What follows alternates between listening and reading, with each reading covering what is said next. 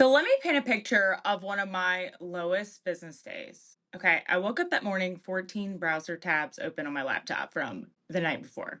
All right, half written captions. My laptop was literally screaming at me like it's time for an update. And there was three half drunk coffee cups scattered all around my desk. Yesterday's like 4 p.m. lunch still kind of sitting there. And I had told myself the night before I was going to get up early to finally catch up, right? Instead, I snoozed my alarm like 8 times, and then I doom scrolled for about 45 minutes in bed while my brain was screaming, "You're behind, you're failing, you suck." By 10 a.m. that day, I finally started writing my Facebook post. I answered one email. I had somehow got distracted in Canva creating a new lead magnet, like I needed another one. A random graphic I didn't even need for a masterclass I don't even think I ever hosted, and then completely forgot why I opened my laptop like in the first place. And that was my life on repeat every single day until one day it kind of all caught up with me. And I was so burned out. I was super resentful of my business. I just did not want to show up. I wanted to just burn the whole thing down and just go back to a 9 to 5. Let me tell you about how all of this came to be. So I didn't realize it then, but I was burning out like in slow motion. I would make these massive color coded to do lists thinking, if I just worked harder, if I just got more organized, if I could get everything done, I would go to Walmart and spend hundreds of dollars on organizing things like supplies and tubs and baskets and God knows what else. But our ADHD brains don't work that way. I would jump from one shiny idea to the next over and over and over and never finish the thing that actually mattered, like reaching out to potential clients or sending an email that could bring in some sales. And so my days were full.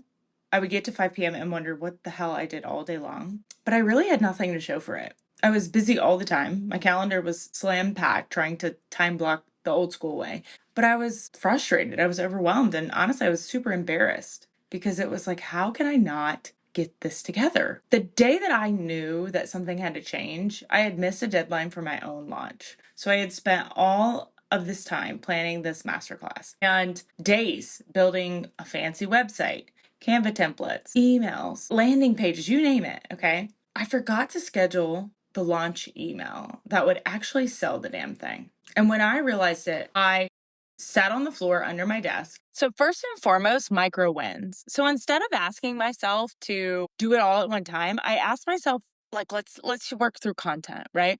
I like to plan my content in advance, but it's very hard for me to think of an entire post for every day for the whole month. So I asked myself to write one line, just the hook, one small thing, a quick win that gave me dopamine to keep going. Right. So once I have one line, it's like building momentum. And I'm like, okay, I can run with this. And then boom, boom, boom, boom, boom. But it's really important that you understand how that works because once you just get going, once you just move the needle a little bit, it all starts to fall into place. Okay. So micro wins first thing in the morning. When you build that confidence slowly, first thing in the morning, the whole day changes. Okay. The second thing is time anchors. So I very much do live by my calendar, but I had to start tying tasks to real life moments, especially tasks that I avoid doing. So, for example, I have an Alexa that goes off every single day, 2 p.m. before my kids get off the bus.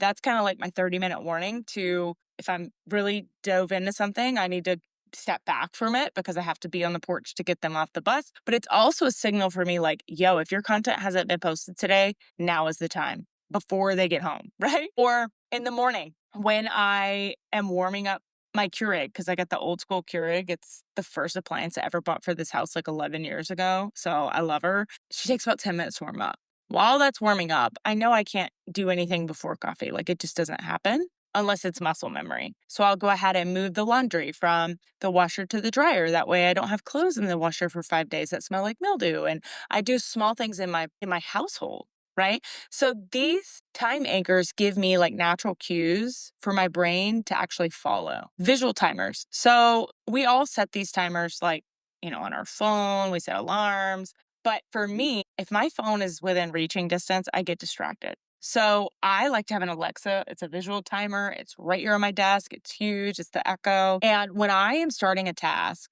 especially a task that I know I'm very likely to lose track of time, designing, creating, that kind of stuff, I set a timer for a sprint. and I can look over and watch that time shrink physically. That makes me hyper focused like nothing else. Like, we got to get this done. It's like a race, right? I work really well with dopamine and a deadline. And then one daily money making task. So, creating content is a traffic driving task, which is awesome. You need it.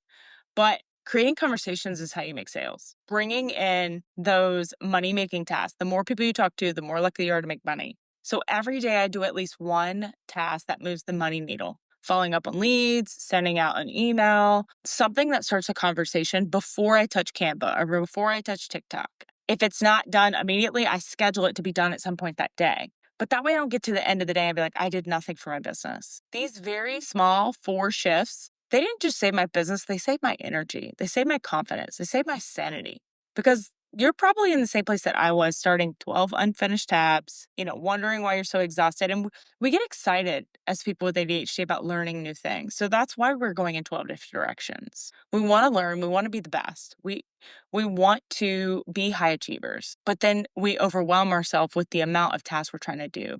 So I want you to hear me here. You're not broken and you're not lazy. Your brain just needs workflows that fits its wiring. And they very often look very different than what you grew up being taught to do, or all of the productivity books that you've listened to or bought.